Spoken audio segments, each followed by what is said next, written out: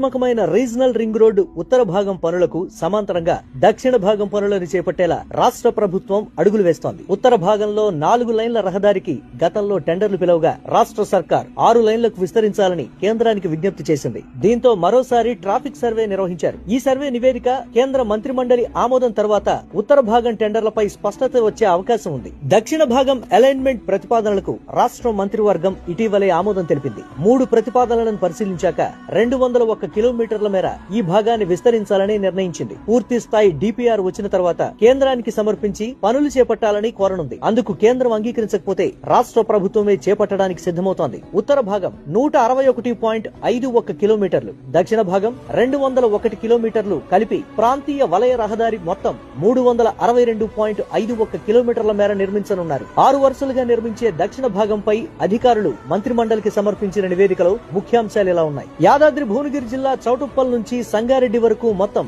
201 కిలోమీటర్ల రహదారిని green field express వేగా అభివృద్ధి చేయనున్నారు. యాదాద్రి భువనగిరి, నల్గొండ, రంగారెడ్డి, మహబూబ్ నగర్, వికారాబాద్, సంగారెడ్డి, నాగర్ కర్నూలు జిల్లాల మీదుగా నిర్మాణం జరగనుంది. సంస్థాన్, నారాయణపూర్, మర్రిగూడెం, కేశంపేట, బాలానగర్, షాబాద్ వంటి ప్రధాన ప్రాంతాల మీదుగా ఈ రహదారి వెళ్లనుంది. NH65, NH44, NH163, NH19, NH76 లను కలుపుతుంది. ఈ మార్గంలో ఎక్కడా గుట్టలు, కొండలను తొలవాల్సిన అవసరం లేదు. గంటకు 120 కిలోమీటర్ల వేగంతో వాహనాలు ప్రయాణించేలా రహదారిని అభివృద్ధి చేయనున్నారు. మొత్తం 55 నివాస ప్రాంతాలను ప్రభావితం చేసే ఈ రహదారికి 2010 హెక్టార్ల భూమిని సేకరించాల్సి ఉంటుంది.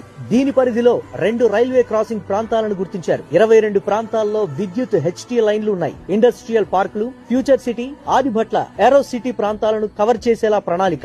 భారత నౌకాదళ రాడార్ స్టేషన్, ఇతర పారిశ్రామిక ప్రాంతాలకు అనుసంధానత ఉండేలా నిర్మాణం. ORR కు 40 కిలోమీటర్ల పరిధిలో రీజనల్ రింగ్ రోడ్డు రానుంది. హైదరాబాద్ మెట్రోపాలిటన్ ప్రాంతం HMR పరిధిలోకి వచ్చే విధంగా అలైన్మెంట్, ప్రాంతీయ రింగ్ లైన్ ను ప్రతిపాదిస్తే పారిశ్రామిక అభివృద్ధికి దోహదపడే రవాణా వలయంగా రూపుదిద్దుకోనుంది.